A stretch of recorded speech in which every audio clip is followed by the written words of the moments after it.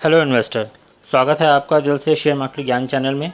अगर आपने इस चैनल को फर्स्ट टाइम विजिट किया है तो आप सब्सक्राइब बटन पर क्लिक कर सकते हैं और आप नोटिफिकेशन बेल पर क्लिक करेंगे तो न्यू वीडियो का लिंक आपको तुरंत मिल जाएगा। चलते हैं हमारी वीडियो की तरफ।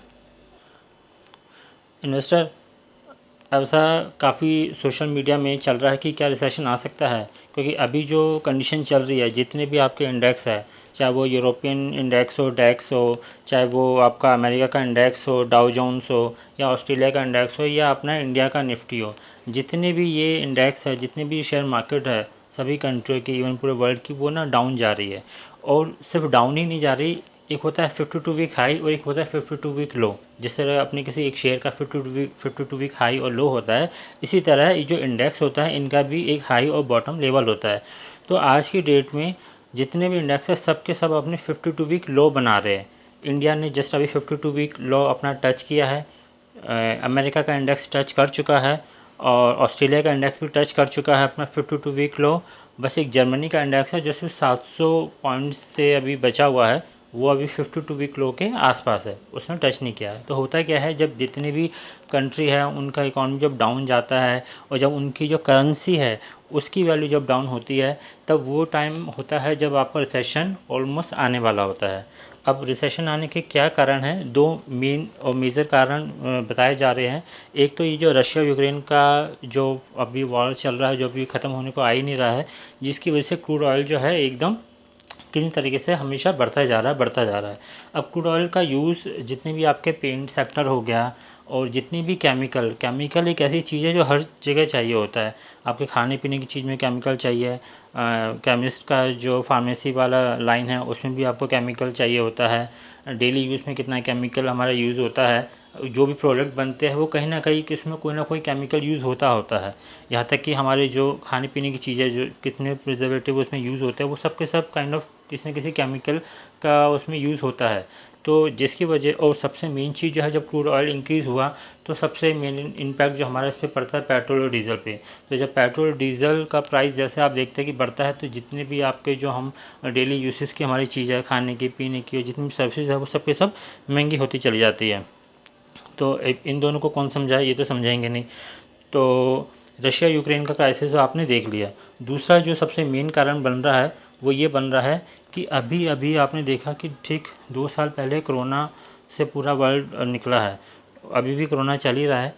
पर हुआ क्या, जब कोरोना चल रहा था तो कोरोना से रिलीफ देने के लिए आरबीआई ने और फेडरल बैंक ने, इन दो का तो है ही, बाकी सभी कंट्री के जो बड़े बड़े बैंक हैं उन्होंने ना बहुत सारी करेंसी प्रिंट करी। अब आरबीआई का आप देख सकते हैं, आरबीआई ने जो प्रिंट किया था ये अप्रैल 21 का है, जब हुआ था 1 लाख करोड़ करेंसी प्रिंट करी थी आरबीआई ने। और आरबीआई ने सिर्फ जो फेडरल बैंक है अपना अमेरिका का, उसने भी करेंसी प्रिंट करी थी। इसने करी थी 1.77 बिलियन डॉलर इन्होंने प्रिंट किया था। और जो प्रिंट किया था ये मान के चलो पिछले 10 साल में इतना नहीं किया होगा जितना उन्होंने कोरोना के टाइम में किया। तो ये जो प्रिंट इन्होंने किया, तो प्रिंट करके अपने पास नहीं रखा। मनी एक ऐसी चीज़ है जो एक जगह से दूसरी जगह सर्कुलेट होती रहती है। तो जिस तरह आरबीआई ने प्रिंट किया, उन्होंने फेडरल बैंक ने भी प्रिंट किया, तो ये करेंसी सर्कुलेट होते होते अपना मार्केट में आई, पब्लिक के पास आई। अब हुआ क्या, जब पब्लिक के पास आई तो महंगाई बढ़ने के ना दो ही कारण होते हैं, डिमांड और सप्लाई। बिल्कुल ईजी लैंग्वेज में आपको बताता हूँ महंगाई क्यों बढ़ती है। महंगाई इसलिए बढ़ती है, एक, या तो डिमांड बहुत ज़्यादा हो रही हो और सप्लाई बहुत कम हो रही हो, तो डिमांड आप तो आपकी जो चीज़ होगी वो महंगी हो जाएगी। अब इसमें क्या है, क्रूड ऑयल है, क्रूड ऑयल की सप्लाई तो हो नहीं सकती ज़्यादा, क्योंकि जो वॉर का जो वहाँ सीन चल रहा है उसकी वजह से क्रूड ऑयल जो है वो महंगा हो गया है और उसकी शॉर्टेज वैसे ही चल रही है। तो सप्लाई तो पे काम हो ही नहीं सकता, वो तो बंद है। बाकी बची डिमांड। अब डिमांड का सीन ये है कि लोगों के पास पैसा जो आया है इतना सारा, जो अपना रिजर्व बैंक इंडिया ने प्रिंट किया या जो फेडरल ने प्रिंट किया, या हर देश की जो कंट्री है उसके अपने अपने बैंकों ने प्रिंट किया करेंसी और वो पब्लिक के पास आया। अब पब्लिक के पास पैसा आने से हुआ क्या कि उनकी परचेजिंग पावर बढ़ गई। अब वो डिमांड करने लगे चीज़ों की जितनी भी है, तो जिसकी वजह से अब ये महंगाई बढ़ रही है। अब इसको रोकने के सिर्फ दो कारण हैं। सिर्फ दो वजह से महंगाई रुक सकती है, दो में से किसी एक पे भी काम किया जाए। पहला, या तो क्रूड ऑयल की जो सप्लाई है उसे बढ़ा दिया जाए, क्योंकि जब वो बढ़ जाएगी तो अपने आप ही चीज़ सस्ती हो जाएगी। तो वहाँ पे तो काम हो नहीं सकता, क्योंकि अभी वॉर का चल रहा है, तो वो क्रूड ऑयल जो है वो अभी इतना नीचे आएगा नहीं। मतलब आप ये समझो कि पेट्रोल फिर सीधे 60-70 पे आ जाए, इम्पॉसिबल, नेक्स्ट इम्पॉसिबल। दूसरा पॉइंट है कि या जो लोग खरीद रहे हैं चीज़ें, उनको किसी तरीके से डायरेक्ट फोर्स किया जाए कि वो कम खरीदें, वो अपना बाइंग कम कर दे। अब वो कैसे करेंगे? वो करने के लिए ही इंडियन गवर्नमेंट ने, और जितने भी देश है, यूके का हो, अपना यूरोप का हो, यूएस का हो, सब ने अपना जो बैंकिंग का जो इंटरेस्ट रेट है वो बढ़ा दिया है। अभी आपने देखा रिसेंटली, अभी 2 हफ्ते पहले ही आरबीआई ने इंटरेस्ट रेट बढ़ाया था। तो उसमें होगा क्या कि जैसे जैसे इंटरेस्ट रेट बढ़ता है तो आपके जितने भी लोन हैं, जितनी भी ईएमआई सब महंगी होती चली जाती है। और उसमें फिर होता क्या, जब चीज़ें महंगी हो जाएगी तो लोग खुद पे खुद ना डिमांड कम करेंगे। तो जो लोग खुद पे खुद डिमांड कम करेंगे, क्योंकि चीज़ें महंगी हो गई है, तो जब उसकी डिमांड कम हो जाएगी तो होगा क्या, प्रोडक्ट की प्राइस अपने आप ही कम होंगे ताकि उनकी सेल हो। इस तरीके से जो हमारा जो महंगाई है वो कंट्रोल में आएगी। लेकिन वो कहते हैं ना कि हर एक एक्शन का एक रिएक्शन होता है। तो अब इसमें जो इकॉनमी है वो मान के चलिए वेंटिलेटर पर है, काइंड ऑफ। वो इस तरीके से कि उसको एकदम नीचे भी करना है, महंगाई को कंट्रोल में भी लाना है। लेकिन महंगाई में कंट्रोल लाने के लिए गवर्नमेंट क्या एक्शन ले रही है? इंटरेस्ट रेट बढ़ा रही है। अभी तो सिर्फ एक बार इंटरेस्ट रेट बढ़ा है, आपको बता दूं आने वाले 2-3 महीनों में हर थोड़े थोड़े गैप के बाद इंटरेस्ट रेट बढ़ेंगे। यूएस की गवर्नमेंट बढ़ा रही है, इंडियन गवर्नमेंट बढ़ा रही है। जब यहाँ का इंटरेस्ट रेट बढ़ेगा तब तक तो हिट होगा हमारा निफ्टी, हमारे इकॉनमी। और जब यूएस का भी होगा, यूके का भी होगा, तब भी उसका इम्पैक्ट सभी देशों पे पड़ता है, क्योंकि सब एक दूसरे से कनेक्टेड है सारी इकॉनमी। तो इस तरीके से इंटरेस्ट रेट जब बढ़ेगा तो महंगाई कम होगी, और महंगाई कम होगी, लेकिन उससे होगा क्या, हमारी जो इकॉनमी है उसकी ग्रोथ जो है वो बहुत ही स्लो हो जाएगी, क्योंकि इकॉनमी डाउन हो रही है हमारी। अब देखिए कि जिस तरह मैंने बताया कि किस तरह से करेंसी प्रिंट हुई। अब पेट्रोल का प्राइस मैंने आपको बता दिया किस तरीके से बढ़ रहा है, और ये हाल सिर्फ इंडिया का नहीं बाकी सभी देशों का भी है। सबसे मेन चीज़, इंडिया में जो होलसेल रेट होता है, एक होता है रिटेल रेट, एक होता है होलसेल रेट। होलसेल रेट में क्या होता है कि आज की डेट में वो अपने 30 साल के सबसे हाईएस्ट लेवल पे पहुंच चुका है वो। और ये जो होता है, जो हमारे खाने पीने की चीज़ें और जो भी रॉ जो क्रूड ऑयल होता है उसके प्राइस हाइक होने से होलसेल प्राइस जो है वो इंडिया का बढ़ चुका है, और ये 30 साल में टॉप पे पहुंच चुका है। 1991 में ये था 16% पे, और आज की डेट में 15.88% पे है, जो ऑलमोस्ट 16% ही हो गया। अब इसका इम्पैक्ट क्या पड़ता है? एक्चुअली जो होलसेल रेट होता है क्या है, ये जितनी भी आपके खाने पीने की चीज़ें हो गई और जो सर्विस हो गई, जितना भी रॉ मटेरियल होता है, इन सब को मिला के जो आपका होलसेल का रेट होता है वो एक डिसाइड होता है। और वो अभी 1991 में जो था वो अब जाके 2022 में हो चुका है, जो कि 30 साल में सबसे हाईएस्ट है। अब इससे होगा क्या कि आपने खुद देखा होगा चीज़ें इतनी महंगी हो गई है। सपोज एग्जांपल, जो आपका राशन पहले 2000 या 1500 में आ जाता था, आज की डेट में उसी चीज़ को लेने के लिए आपको 2500 खर्च करने पड़ते हैं। अब हर किसी का बजट के अकॉर्डिंग अपना अपना रहता है, लेकिन ये बात सच है कि पहले जो चीज़ आती थी, आज की डेट में उसी चीज़ को हमें लेने के लिए ज़्यादा पे करना पड़ रहा है। तो इस तरीके से महंगाई जो है वो बढ़ती जा रही है। और सबसे बड़ी चीज़ ये है कि महंगाई सिर्फ इंडिया में नहीं है। आपको लग रहा है इंडिया में, दुनिया भर में महंगाई है। आप बहुत लकी हो कि इंडिया महंगाई की लिस्ट में ना सबसे नीचे है, सबसे कम है महंगाई। अब कैसे हुआ भी देखिए, ये इंडेक्स है एक आपका। टर्की में 73.5% है इन्फ्लेशन रेट, रशिया में 17%, पाकिस्तान में 13.76%, ब्राज़ील में 11.7%, ब्रिटेन में 9%, यूरोप में 8.1%, अमेरिका में 8%, जर्मनी में 7.9% और इंडिया में है 7%। सबसे कम है ये। हमारे अकॉर्डिंग तो महंगाई है ज़्यादा, लेकिन अगर पूरे वर्ल्ड से कंपेयर किया जाए तो इंडिया फार बेटर है। अब यहाँ पे ध्यान से देखिए, इंडिया में जो बैंक इंटरेस्ट देता है वो दे रहा है इस टाइम 4.9 के अप्रॉक्स आसपास, 4.9 4.95, राउंड फिगर किया जाए तो 5% है। और यहाँ पे जो इन्फ्लेशन रेट है इंडिया का वो है 7%। तो माइनस का जो डिफरेंस आ रहा है वो कितना आ रहा है? -2%। मतलब इंडिया को सिर्फ -2% पर भी चल रहा है, उसे ज़्यादा टाइम नहीं लगेगा उसे कवर करने में। आरबीआई का बहुत अच्छा कंट्रोल है इंडिया की इकॉनमी के ऊपर। लेकिन बाकी सब कंट्री की बात करा जाए तो वहाँ सिचुएशन बहुत ही वर्स्ट है। आप टर्की का देख सकते हैं, रशिया का देखिए, तो वहाँ तो बहुत ही ज़्यादा है। और सिर्फ इतना ही, आप देखिए जो भी हमारी करेंसी कंपेयर होती है ना, वो सब के सब डॉलर के बेस पे होती है। डॉलर से सबका कंपैरिजन किया जाता है क्या चल रहा है।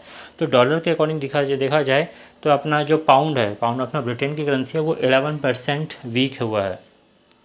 यूरो देखा जाए, यूरोप की करेंसी है, जर्मनी की भी करेंसी है, ये पूरा यूरोप आता है इसमें, ये 7.6% वीक चल रहा है कंपेयर टू डॉलर के।